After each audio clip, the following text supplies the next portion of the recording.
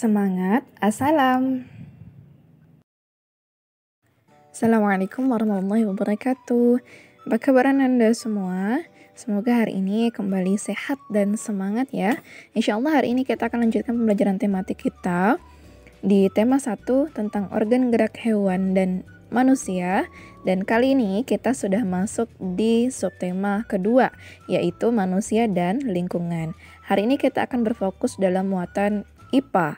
Anda bisa buka bukunya di pembelajaran ke-1, ke-2, 5, dan 6. Hari ini kita akan mempelajari tentang organ gerak manusia, rangka manusia, kemudian susunan tulang dan fungsinya, kemudian macam-macam otot ya yang ada pada tubuh manusia, kemudian macam gerak otot.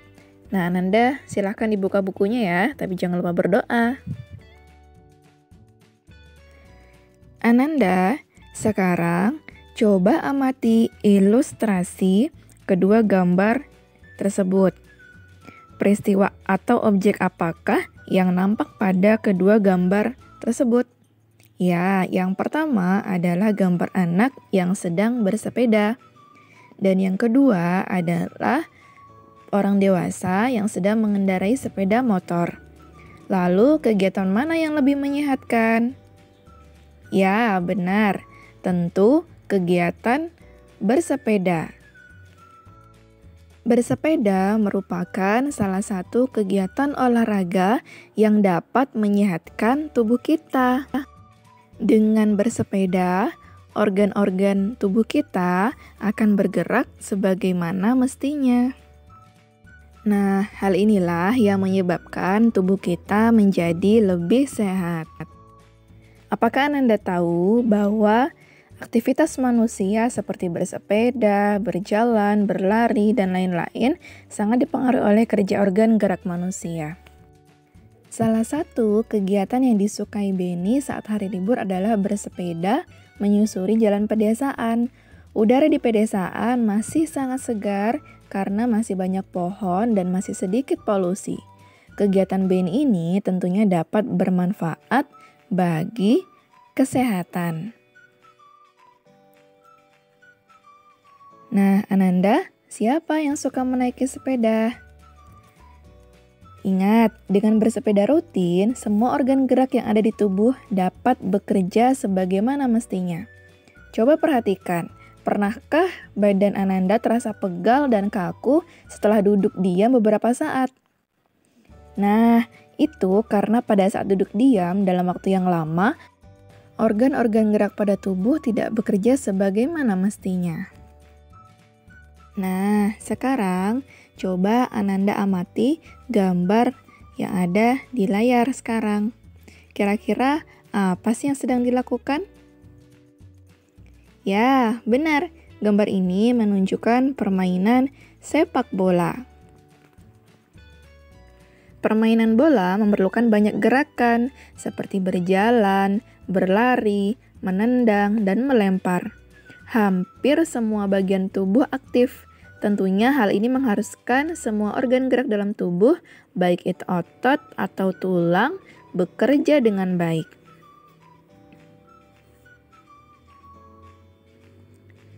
Coba sekarang Ananda amati aktivitas sehari-harinya. Saat kita berjalan, mengapa ya kaki kita bisa bergerak? Mengapa tangan kita juga bisa berayun, memegang, dan menggenggam? Ya, kaki dan tangan kita bisa bergerak karena pada kaki dan tangan kita terdapat tulang dan otot. Tulang dan otot inilah yang bisa menggerakkan tangan dan kaki kita. Tangan dan otot merupakan alat gerak. Ini sesuai dengan apa yang sudah kita pelajari di pertemuan sebelumnya, yaitu organ gerak pada hewan dan manusia memiliki kesamaan. Alat-alat gerak yang digunakan pada manusia dan hewan ada dua macam, yaitu alat gerak pasif berupa tulang dan alat gerak aktif berupa otot. Keduanya saling bekerja sama dalam melakukan pergerakan, sehingga membentuk suatu sistem yang disebut sistem gerak. Sekarang coba perhatikan gambar berikut. Nah, ini merupakan gambar rangka manusia. Nah, ini rangkanya terdapat di dalam tubuh kita. Rangka manusia terdiri dari tengkorak, rahang bawah, tulang leher, tulang selangka, tulang belikat, tulang dada, tulang belakang, tulang pengumpil, tulang hasta, tulang telapak, tulang jari tangan, tulang panggul, tulang paha, tulang tempurung lutut, tulang kering, tulang betis, dan tulang pergelangan kaki. Sekarang kita pelajari kira-kira apa sih fungsi dari tulang-tulang ini. Yang pertama, bagian lengan manusia. Tulang hasta membentuk lengan bawah sebagai alat gerak manusia serta menghubungkan lengan atas dan pergelangan tangan. Kemudian yang kedua adalah tulang lengan atas. Fungsinya menjadi penghubung antara gelang bahu dan tulang lengan bawah.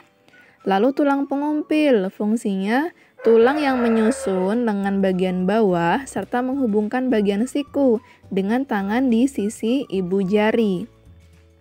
Tulang pergelangan tangan berfungsi menghubungkan antara tulang tangan dengan tulang lengan bawah. Dan yang terakhir, tulang telapak tangan berfungsi untuk menghubungkan antara tulang-tulang jari dengan tulang pergelangan tangan. Selanjutnya, fungsi dari tulang-tulang pada kaki manusia. Yang pertama, tulang paha, yaitu sebagai penyangga tubuh serta menghubungkan tubuh bagian pinggul dan lutut.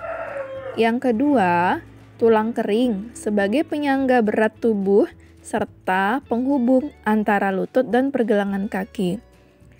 Tulang betis berfungsi untuk mendukung tulang kering dalam menopang tubuh dan untuk menjaga keseimbangan tubuh. Sedangkan tulang pergelangan kaki memungkinkan gerak naik turun kaki karena adanya engsel dan penghubung antara tulang tungkai bagian bawah dengan telapak kaki. Lalu tulang telapak kaki berfungsi untuk memungkinkan kaki untuk berpijak sehingga dapat berjalan, berlari, dan berdiri. Dan yang terakhir, tulang jari kaki ini berfungsi sebagai pijakan dan menjaga keseimbangan tubuh kita.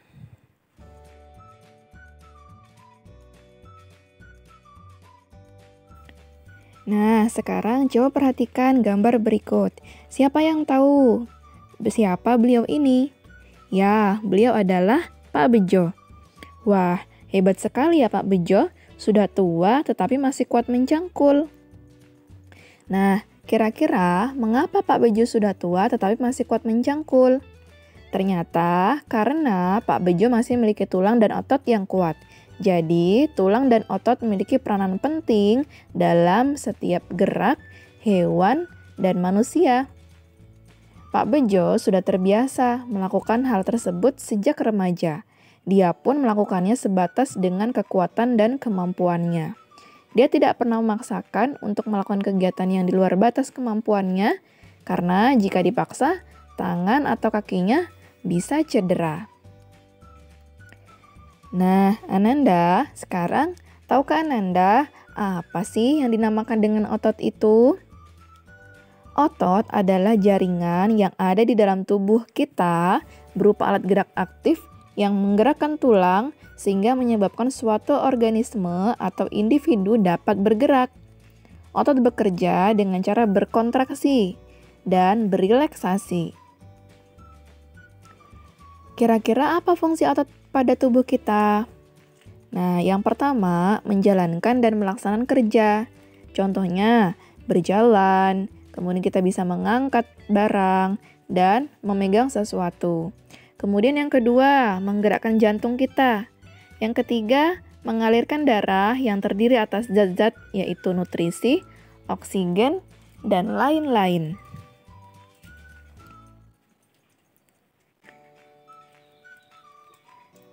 Jenis-jenis otot apa saja ya kira-kira? Nah, perhatikan, ini gambarnya. Yang pertama, ada otot polos. Nah, perhatikan ya gambarnya. Otot ini bekerja tanpa dikendalikan yang dipengaruhi oleh sistem saraf tak sadar. Ya, jadi dia tanpa dikendalikan atau saraf otonom. Kemudian yang kedua, otot lurik. Otot ini menempel pada rangka tubuh manusia yang bekerja di bawah kesadaran atau kendali. Lalu otot jantung. Ini fungsinya memompa jantung dan bekerja secara terus-menerus tanpa istirahat. Kira-kira apa saja perbedaan antara otot polos, otot lurik, dan otot jantung? Nah, yang pertama dari segi bentuknya, kalau otot polos itu gelondong, ya, ujungnya meruncing. Sedangkan kalau otot lurik itu panjang, silindris. Lalu otot jantung panjang, silindris, dan bercabang-cabang. Jumlah inti selnya, kalau otot polos itu cuma satu, letaknya di tengah sel. Kalau otot lurik itu banyak, ya, terletaknya di tepi sel.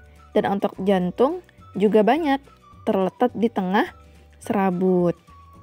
Bagaimana kerjanya? Kalau otot polos tadi tidak dipengaruhi kesadaran ya, tapi kalau otot lurik dipengaruhi kesadaran. Sedangkan otot jantung tidak dipengaruhi oleh kesadaran. Bagaimana gerak dan ketahanannya? Kalau otot polos itu lambat, teratur, dan tidak cepat lelah. Kalau otot lurik, cepat, tidak teratur, dan cepat lelah. Sedangkan otot jantung, teratur, dan tidak cepat lelah. Yang terakhir, letak dan posisinya. Kalau otot polos itu di bagian usus, saluran peredaran darah, dan otot di saluran kemih kita. Nah, kalau otot lurik itu melekat di rangka. Sedangkan otot jantung jelas terletak pada jantung kita sesuai dengan namanya. Wah, ternyata banyak ya perbedaan dari ketiga otot ini. Nah, sekarang coba kita lihat kira-kira di mana sih letak otot-otot ini dalam tubuh kita. Nah, sekarang perhatikan. Kita akan mencoba menghubungkan dengan panah ya. Yang pertama, otot polos. Nah, di mana kira-kira otot polos? Nah, di sini titiknya. Berada pada bagian usus, saluran peredaran darah, dan otot di saluran kemih. Kemudian otot lurik. Nah, otot lurik tadi melekat pada rangka atau tulang. Di sini ya, otot jantung jelas terletak pada jantung kita di bagian ini. Wah, ternyata dengan mengetahui berbagai macam dan fungsi otot dalam tubuh manusia, kita jadi tahu betapa pentingnya ya peran otot dalam kehidupan kita. Coba kita bayangkan seandainya kalau kita tidak memiliki otot, atau otot-otot kita mengalami gangguan dan tidak dapat bekerja sebagaimana mestinya. Pernahkah ketika bermain atau berlari tiba-tiba kaki Ananda keseleo? Wah, mungkin pernah ya. Apa yang Ananda rasakan? Pasti sakit. Nah, keseleo ini merupakan gangguan atau cedera yang terjadi pada otot kita. Hal tersebut dapat terjadi karena adanya gerakan dadakan, kurang siapnya otot untuk melakukan suatu gerakan, juga karena adanya paksaan gerakan pada otot. Oleh karena itu, untuk memperkecil kemungkinan terjadinya cedera, sebelum melakukan permainan sepak bola dan olahraga lainnya, harus menguasai tekniknya terlebih dahulu. Selain itu, kita juga harus melakukan pemanasan agar tulang dan otot kita dalam keadaan siap. Macam-macam gerak otot. Nah, ada beberapa macam-macam gerak otot. Yang pertama adalah gerak meluruskan. Contohnya meluruskan lutut, siku, dan ruas jari. Yang kedua, gerak menekan ke bawah atau menurunkan. Yang ketiga, gerak memutar lengan sehingga telapak menelungkup. Yang keempat, gerakan menjauhkan. Contohnya gerak tungkai menjauhkan dari sumbu tubuh.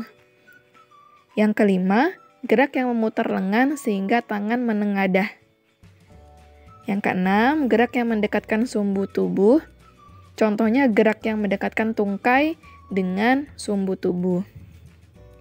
Dan yang ketujuh, gerak yang membengkokkan. Contohnya membengkokkan siku, ruas jari, dan lutut. Nah, sekarang kira-kira bagaimana cara menjaga kesehatan otot kita agar senantiasa sehat dan kuat? Yang pertama, menghindari gerakan yang membebani kerja otot secara berlebihan. Jadi, harus disesuaikan ya dengan kemampuan otot kita. Kemudian yang kedua, melakukan peregangan. Jangan lupa sebelum aktivitas, kita harus pemanasan. Yang ketiga, melakukan latihan rutin. Yang keempat, memenuhi kebutuhan cairan tubuh. Ingat ya, selalu minum air. Yang kelima, mengonsumsi makanan yang bergizi dan bermanfaat bagi otot. Dan yang keenam, meringankan nyeri otot. Nah, inilah cara-cara untuk menjaga kesehatan otot kita. Alhamdulillah, materi kita sudah selesai. Waktunya kita untuk latihan. Hari ini tugasnya ada 3. Yang pertama, silakan pasangkan antara gambar dengan keterangan menggunakan garis. Silakan digaris di buku paket, halaman 65. Nah, jadi nanti bisa digaris kemudian dihapus kembali. Kemudian, soal yang kedua, jawablah pertanyaan berikut sesuai dengan pembahasan yang telah dijelaskan. Ya, yang Ustazah jelaskan tadi atau melihat buku di temanya. Jadi dikerjakan di buku tulisnya, nama ototnya apa kira-kira ini, kemudian letaknya di mana dan fungsinya apa. Ya, disesuaikan dengan masing-masing gambarnya, ya, dihafal. Kemudian yang terakhir, isilah kolom berikut sesuai dengan macam gerak otot yang telah kita pelajari tadi. Silakan dibuka di halaman 114, diisi kira-kira yang pertama ini gerakan apa, yang kedua gerakan apa, dan seterusnya sampai akhir. Jadi ada 3 ya, ada 3 foto yang nantinya akan dikirimkan di tugas Google Classroom. Ya, semangat mengerjakan. Silakan dipelajari bukunya, pembelajaran ke-1, 2, 5, dan 6.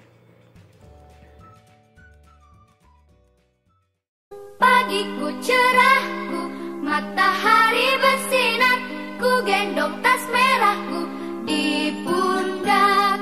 Selamat pagi semua, ku nantikan dirimu di depan kelasmu, menantikan kami. Guruku tersayang, guru tercinta, tanpamu apa jadinya aku? Tak bisa baca tulis